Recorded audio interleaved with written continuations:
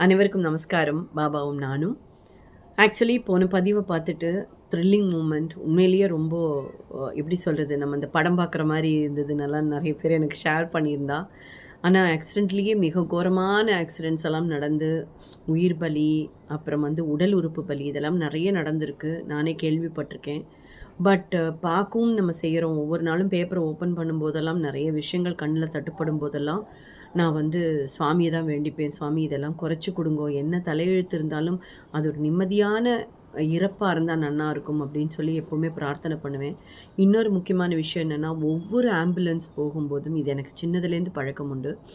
என்ன கிராஸ் பண்றதுன்னா, "அவ கூடவே இருங்கோ பாபா, அவள காப்பாத்துங்கோ. என்ன நிலைமையில யார் இருக்கான்னு தெரியாதுன்னு" ஒரு நிமிஷம் எங்க இருந்தாலும் பிரார்த்தனை பண்ணிட்டு தான் நான் வெஹிக்கிள்ல போயிட்டுருப்பேன். இது ஆக்சுவலி வந்து என் குழந்தை ரொம்ப குட்டியா இருக்கும்போது, "என்னத்துக்கும்மா ப்ரே பண்ற?" அப்படின்னு கேட்டான். "இல்லடா ஆம்புலன்ஸ் போச்சு இல்லையா? அதனால அம்மா அதில இருக்கிறவா நன்னா இருக்கணுங்கிறதுக்காக ப்ரே பண்ணேன்." அப்படின்னு ஒவ்வொரு தடவையும் ப்ரே பண்ணுவேன் சாயி நான் இத. அ அது என்னவோ எனக்கு மனசே கேட்காது. அந்த சவுண்டு கேட்டாலே எனக்கு பயங்கர ஒரு மாதிரி பயமா, பதட்டமா இருக்கும். அதனால உடனே நான் ப்ரே பண்ணுவேன். இதுலேருந்து இப்ப என்ன பண்றான்னா என் பையன், "அம்மா ஆம்புலன்ஸ் ப்ரே பண்ணிட்டியா?" அப்படின்னு கேட்பான். அவனும் சேர்ந்து ப்ரே பண்ண ஆரம்பிச்சிருக்கான்.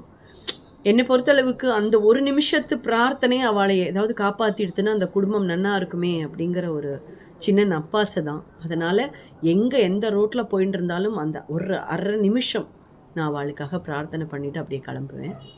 இது பழக்கம் எனக்கு. ஸோ இந்த மிராக்கிள் ஓகே. அடுத்த மிராக்கிள் என்னன்னு நம்மளுக்கு தெரியணும் இல்லையா? அது என்னன்னு நான் சொல்றேன் பாருங்க. ஆக்சுவலி நம்மளுக்கு திடீர்னு ஒரு லக்கி டிப் மாதிரியோ, இல்லன்னா ஒரு பெரிய லக்கி ட்ரா மாதிரியோ, நம்மளுக்கு ஒரு அமௌண்ட் கிடைச்சா எப்படி இருக்கும்? எப்படி இருக்கும்? செம இல்ல? பீரோவ தொறக்கும்போது சும்மா கட்டு கட்டா பணம் இருந்ததுன்னா, நெறைய பேருக்கு இப்போ ஹை! அப்படின்னு தோன்றதில்ல. சர்ப்ரைஸா இருக்கும் இல்லையா? ம். ஏன்னா, நம்மளுக்கு தேவைகள் நெறைய இருக்கும். அப்போ நம்மளுக்கு அது மீட் ஓவர் பண்றதுக்கு கஷ்டம் இருக்கும். ஆனா, அந்த மாரி ஒரு மொமெண்ட் வந்து ரீசென்ட்டா வந்து நம்ம உண்ணாமலை சாய்க்கு நடந்திருக்காம். கேட்டு தெரிஞ்சுக்கலாமா?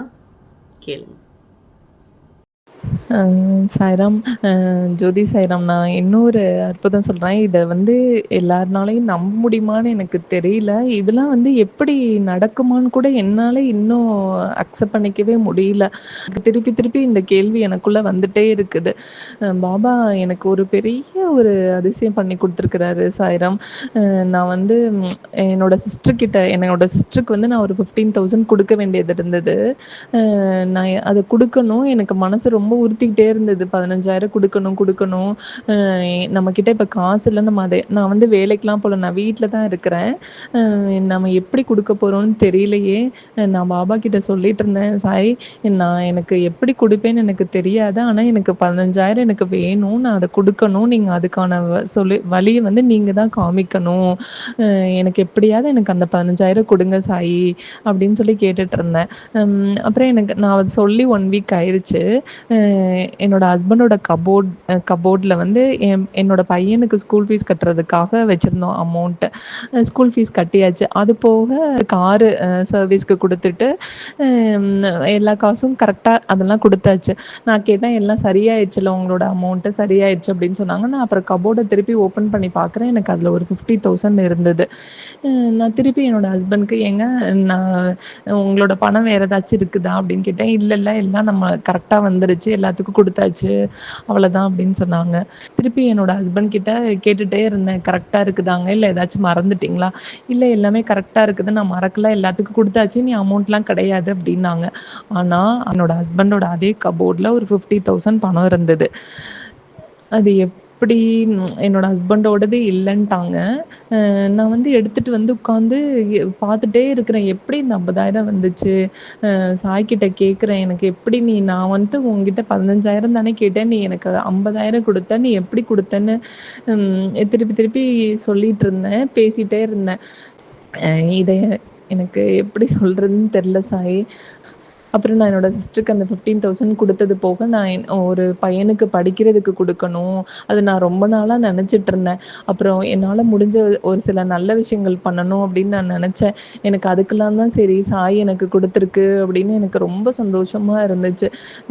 இத கேட்குறவங்க எல்லாருக்கும் இது எப்படி இருக்கும்னு எனக்கு தெரியல. நான் பொய் சொல்லுவேனான்னு கூட ஒரு சில பேரு நெனைப்பாங்கன்னு கூட எனக்கு தெரியல. ஆனா இது வந்து ட்ரூ பாபா மேல ப்ராமிஸா என்னோட கப்போர்ட்ல 50,000 இருந்தது. பாபாவுக்கு வந்து ரொம்ப ரொம்ப ரொம்ப ரொம்ப தேங்க்ஸ் சாய். செம்ம த்ரில்லிங் இல்ல சாய்? இந்த மாதிரியெல்லாம் நமக்கெல்லாம் நடந்தா எப்படி இருக்கும்? நீங்களும் கற்பனையில தானே இருந்த. அதான் சொல்றது. உண்மையிலேயே சொல்றேன்.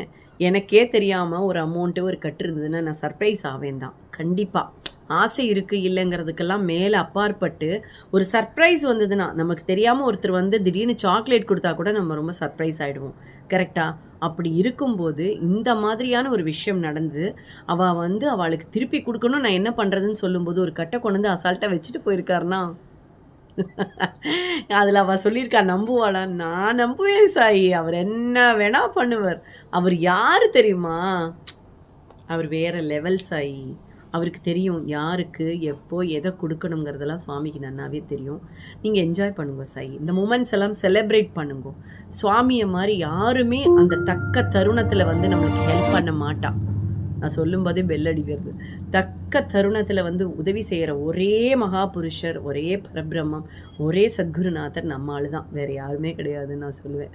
அந்த அளவுக்கு எனக்கு நம்பிக்கை அவர் மேல. அந்த டைமுக்கு வருவார். அந்த மாதிரி. ஸோ ரொம்ப ஹேப்பியா இருந்தது. சரி இன்னொரு மூமெண்ட் என்ன அப்டின்னா, அடுத்த மிராக்கிள்ல நானும் இன்வால்வ் ஆயிருக்கேன். அவளோட மிராக்கிள்ல. எப்படின்னு உங்களுக்கு தெரியணும் தானே? தொடர்ந்து இணைந்திருங்கள் பாபாவும் நானும். அடுத்த பதிவுல அத நம்ம பார்க்கலாம். ஓம் சாய்ராம். ஜெய் சாய்ராம்.